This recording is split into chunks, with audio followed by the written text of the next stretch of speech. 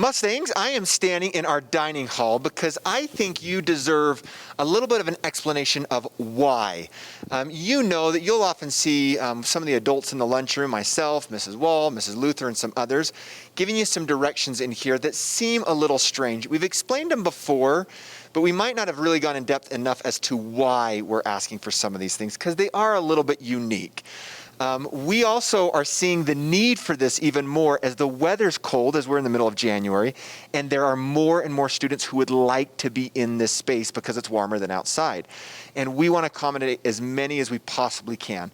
Most of the routines we're doing in the dining hall are specifically tied to our pandemic and trying to make sure we're as safe as possible. So the biggest why I think I need to explain, because kids ask me all the time, is the fact that I cannot have students sit at more than one spot in this room. There are not enough spots for everybody who wants them. And so if you go and sit on 2 or 3 or 4 different places, we've got a problem with spreading the virus, because whoever sat there before you means that there's a contagious factor there that we want to avoid.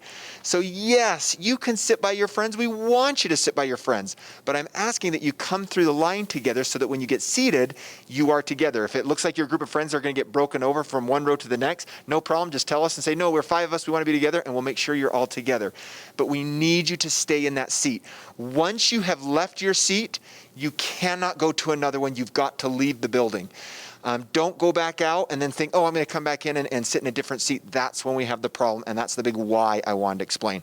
For that reason, you've also noticed that we've really changed the flow. There's usually garbage cans or other things that are telling you to go all the way down that far side so that you don't cut across either to get to the bathroom or to a friend you see. We need you to go all the way down and around, because at the very end of the line is the person who is directing you and making sure that we are keeping track of which tables have been sat on and which tables we have not. The other why I think you deserve is an explanation of why are we asking you to face forward. A lot of you like to sit and talk to the people who are behind you or something else like that. The problem with that is then we've got the breath going face to face, and that is one of the things that we are trying to mitigate or to minimize. If we face forward, that means we're all breathing the same way. If the little things get through our masks, at least it's not going right into someone else's face, and it helps minimize the contagious factor there and helps it be as safe as we can. So those are some of the whys of what's going on in the lunchroom.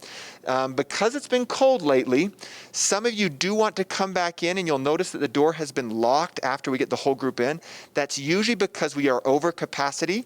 Just stand by the door and wait. As soon as one of us is available to come and open it up and get you to a newly clean spot, we will escort you there. But we can't just have you coming in and sitting anywhere, because they are not clean tables yet if you're coming in after we've gone over the capacity. There's your explanation of what's going on in the dining hall. Keep it up. Thanks for your help.